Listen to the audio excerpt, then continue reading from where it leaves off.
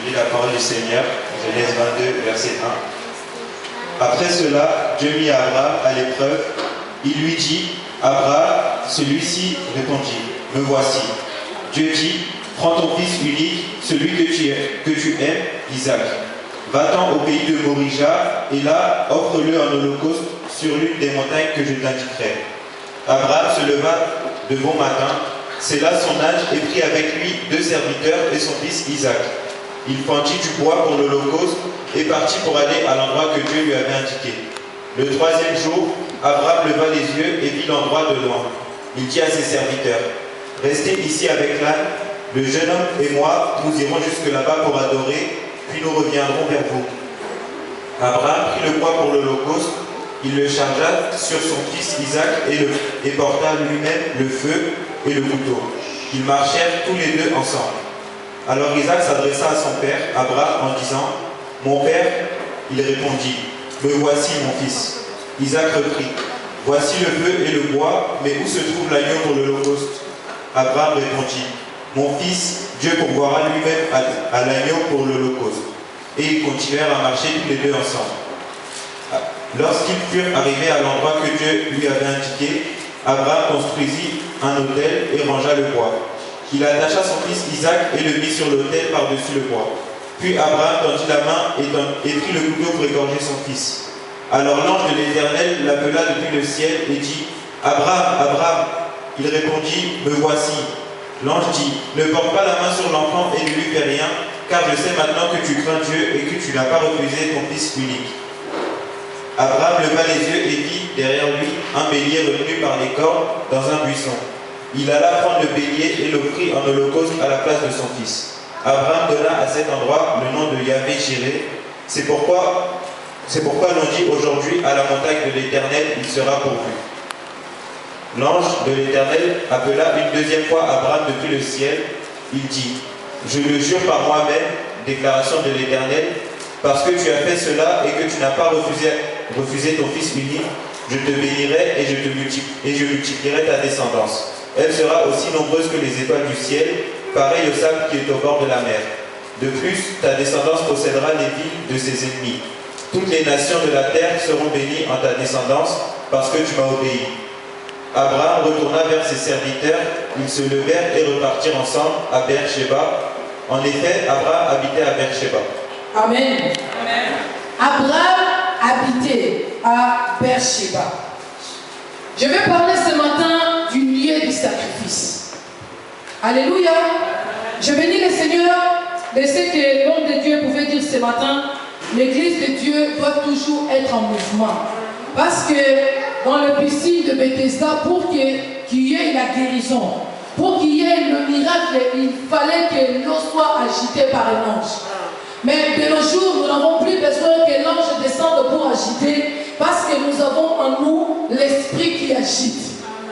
Voilà pourquoi l'église doit toujours être en mouvement pour que le miracle, pour que les guérisons, pour que de grandes choses puissent s'opérer au milieu de nous. Et si nous n'avons pas encore connu notre lieu de sacrifice, il est difficile pour nous d'être en mouvement.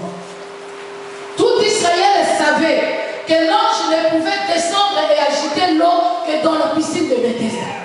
Il pouvait y avoir d'autres piscines. Il pouvait y avoir d'autres endroits où le peuple pouvait aller se baigner. Il y avait même des hôpitaux où on pouvait procurer les traitements. Mais les gens, les habitants de Jérusalem savaient. Il y a une seule place où l'eau doit être agitée pour accorder la guérison, c'est au piscine de Bethesda.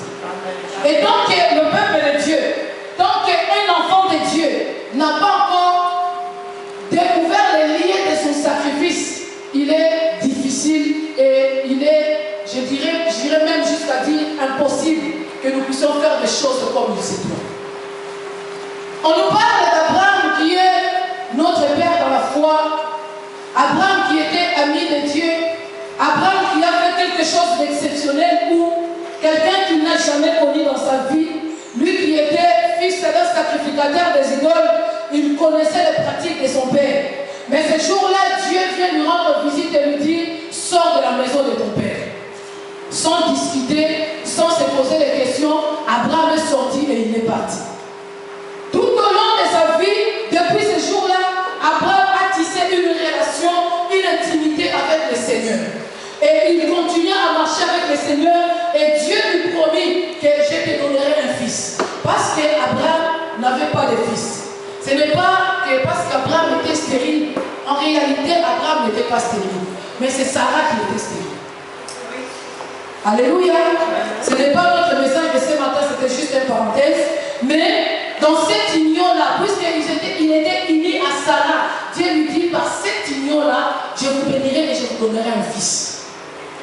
Les années se sont passées, beaucoup d'années d'ailleurs, et finalement, comme il est un Dieu fidèle, qui accomplit toujours la promesse, il finit par accomplir la promesse. Isaac est né. Isaac a grandi, et quelques années plus tard, nous arrivons dans cette histoire qui peut peut-être paraître cruelle, qui peut paraître compliquée.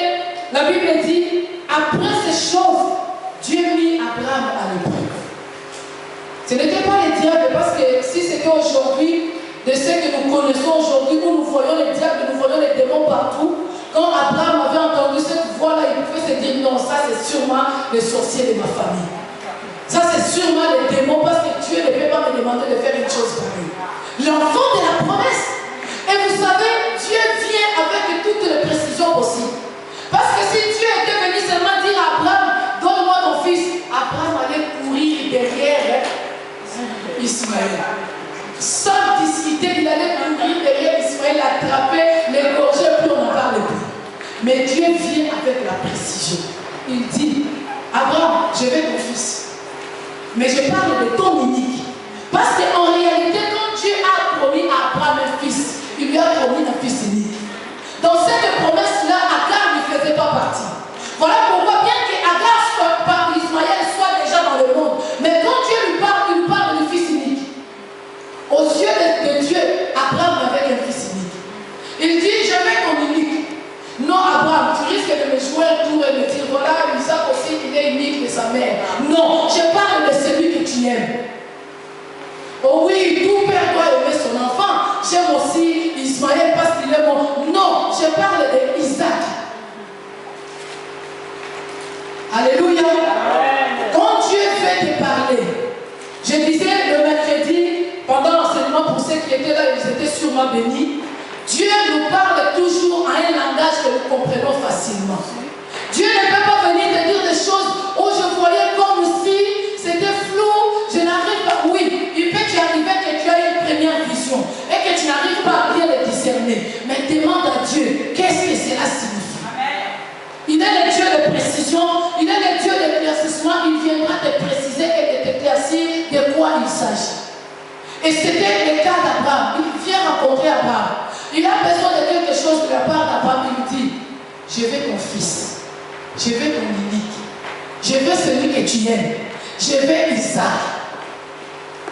Abraham était habitué à faire le sacrifice. Depuis le jour où il a connu Dieu, depuis le jour où il a commencé à marcher avec Dieu, il connaissait la notion de sacrifice. Dans sa propriété, autour de sa maison chez Paris, il avait bâti tant d'hôtels, de milliers de fois où il devait offrir à chaque moment le sacrifice à Dieu. Mais cette fois-là, Dieu lui dit, ce n'est pas dans ta maison, ce n'est pas dans ta cour, ce n'est pas à côté de chez toi, mais va là où moi, l'Éternel Dieu, j'ai t'indiqué. C'est là que tu devras aller offrir le sacrifice. Bien-aimé, je disais tout à l'heure qu'il nous est parfois difficile de faire des choses. Nous commençons à trouver l'œuvre de Dieu comme si c'était un fardeau. Alors que lui, quand il nous appelle, il nous dit, venez vous décharger vers moi. Le fardeau que moi je vais vous donner, c'est un fardeau qui ne pèse pas, c'est léger. Mais aujourd'hui, l'œuvre de Dieu est devenue pesante dans nos vies. Pourquoi? Parce que nous ne nous situons pas dans nos lieux de sacrifice. Croyez-moi, Abraham allait être incapable d'offrir Isaac en sacrifice s'il l'avait fait aux hôtels habituels. Il n'a même pas prévenu Sarah, sa femme. Parce que je m'imagine, la première guerre mondiale allait commencer ce jour-là. Si seulement Abraham avait eu la peine, ou la gentillesse, je pourrais dire, ou l'amour envers sa femme pour lui dire, écoute, ce que Dieu nous dit, nous devons tuer Jérémie. Tu imagines les scandales? Bien aimé, il y a des choses dans ta vie. l'alliance que tu as accomplie avec ton Dieu, il y a des choses qui ne concernent pas ta femme. Il y a des choses qui ne concernent pas ton homme. Il y a des choses qui ne concernent pas tes enfants. Mais il s'agit de ton alliance avec ton Dieu. Il s'agit de ta relation avec ton Dieu. Celui qui partage ta vie peut-être ne te comprendra pas. Parce que quand Dieu t'a parlé, tu étais seul à l'écouter. Parce que quand Dieu t'a fait voir cette vision-là, tu étais seul. Dieu dit à Moïse, prends garde de construire l'arche selon le modèle que je t'ai montré moi. Dieu a montré à Moïse le modèle de l'arche et lui dit, prends garde. Si Moïse était dit, bon non, je vais aller trouver les architectes, parce que moi je suis profane dans la matière, que les architectes me donnent un plan pour que je fasse bien. Mais Dieu lui dit, prends garde. Abraham qui se lève tôt le matin, je parie choqué, touché par cette nouvelle, mais il s'est dit, Dieu a dit. Il prend son fils, il prend le bois, il prend le feu, il prend deux de ses serviteurs, il a dit, venez accompagner-moi, nous allons offrir le sacrifice. Je parie qu'ils se sont posé la question parce qu'ils voyaient les hôtels bâtis, il y en avait plein. Mais pourquoi on n'offrirait pas les sacrifices sur ces hôtels-là? Mais Abraham savait dans son cœur, Dieu lui a dit, va dans le lieu que j'ai indiqué. Alléluia. Ils se sont mis à marcher, ils ont marché, ils ont marché, ils ont marché. La Bible dit, ils sont arrivés à un endroit. Quand Abraham a levé les yeux et il a vu de loin l'endroit que Dieu lui a indiqué, il a dit à ses serviteurs, vous, restez ici. Alléluia. La place des serviteurs, c'est au bas de la montagne. Aujourd'hui, tout le monde se prétend être serviteur de Dieu.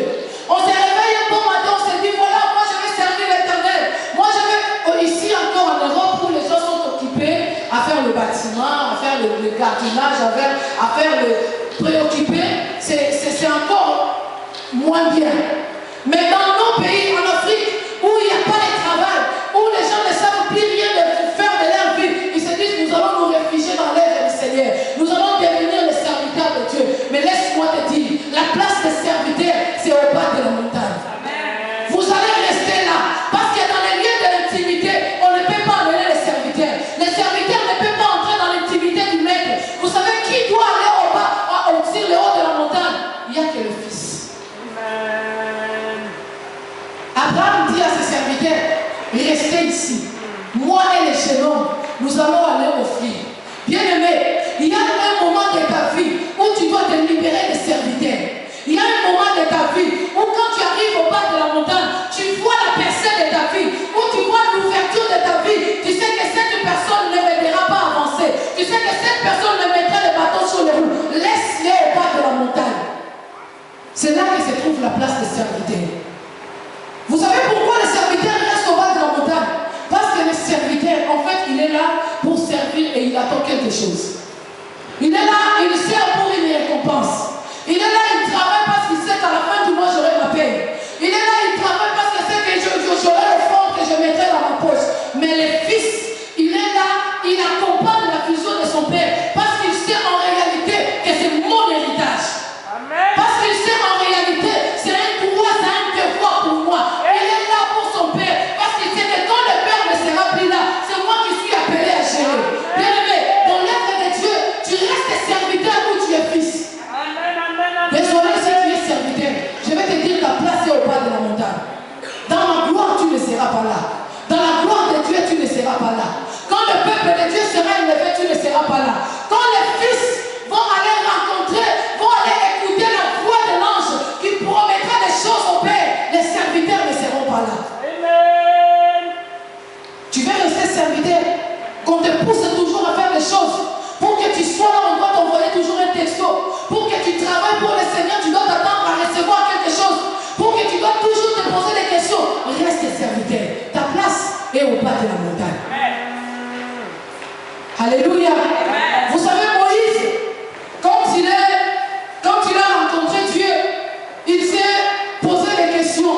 Et Dieu lui dit, je vais te donner un signe qui te montrera que je vais marcher avec toi. Qu'est-ce que tu as dans la main? Moïse dit que j'ai un bâton. Ok, prends ce bâton-là, jette-le par terre. Moïse a jeté le bâton s'est transformé en serpent. Moïse veut fouiller devant ces serpents-là. Mais puisque Dieu a été avec lui, Dieu lui dit, ne crains pas. Tu veux que ces serpents-là deviennent des bâtons, ne l'attrape pas par la tête. Il va te mordre. Est-ce que je suis en train de parler à quelqu'un? Attrape-les par la queue. Dès qu'il a tenu la queue, les serpents est devenu le bâton. Aujourd'hui, nous voulons tous avoir le poste de commandement. On veut être des commandants avec un bâton pour diriger. Les jours où ce bâton-là se transformera en serpent, tu ne sauras plus quoi faire.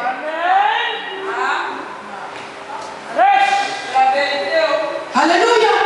Tu veux avoir un bâton, tu veux diriger, tu veux être chef. Pourquoi c'est seulement lui? Pourquoi c'est seulement lui? Pourquoi c'est seulement elle? Moi aussi je sais faire, moi aussi je peux le faire. Oui, viens le faire. Tu veux un bâton, on va te donner le bâton. Mais le jour où le bâton là se transformera en serpent.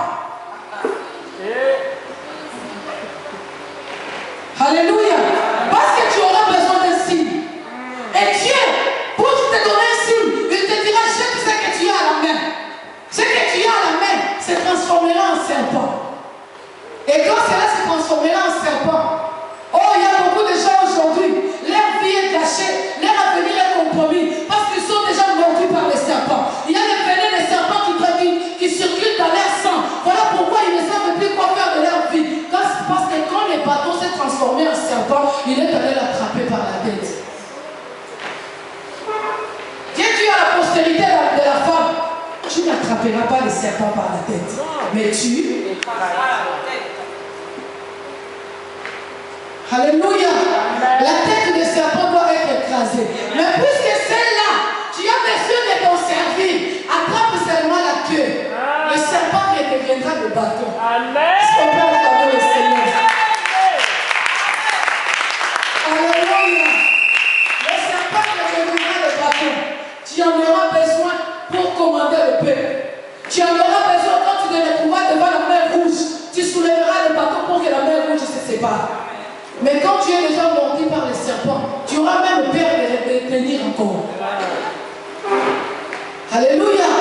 Et il y a un adage de chez nous qui dit une personne qui a déjà été mordue par les serpents, même s'il voit une fille traîner par terre, il va toujours avoir peur. Parce qu'il va se souvenir du jour où le serpent l'a mordu. Les serviteurs, votre place c'est au bas de la montagne. Dieu ne cherche pas seulement les serviteurs. Voilà pourquoi Jésus dira, l'air est déjà béni. Où les vrais adorateurs n'adoreront pas un maître, n'adoreront pas un seigneur, n'adoreront pas un Dieu, mais ils adoreront un Père. Parce que Dieu en réalité, il a besoin de fils. Les fils qui ont le même gène que lui. Les fils qui ont le même ADN que lui. Les fils qui n'ont pas besoin d'aide, qu'on leur explique et réexplique des choses pour qu'ils comprennent. Il suffit seulement qu'il regarde son père, il comprend même le langage de Dieu. Amen. Ce sont ces fils-là que Dieu cherche. Amen. Et c'était ces fils-là qui devaient accompagner le Père sur la montagne de l'Éternel.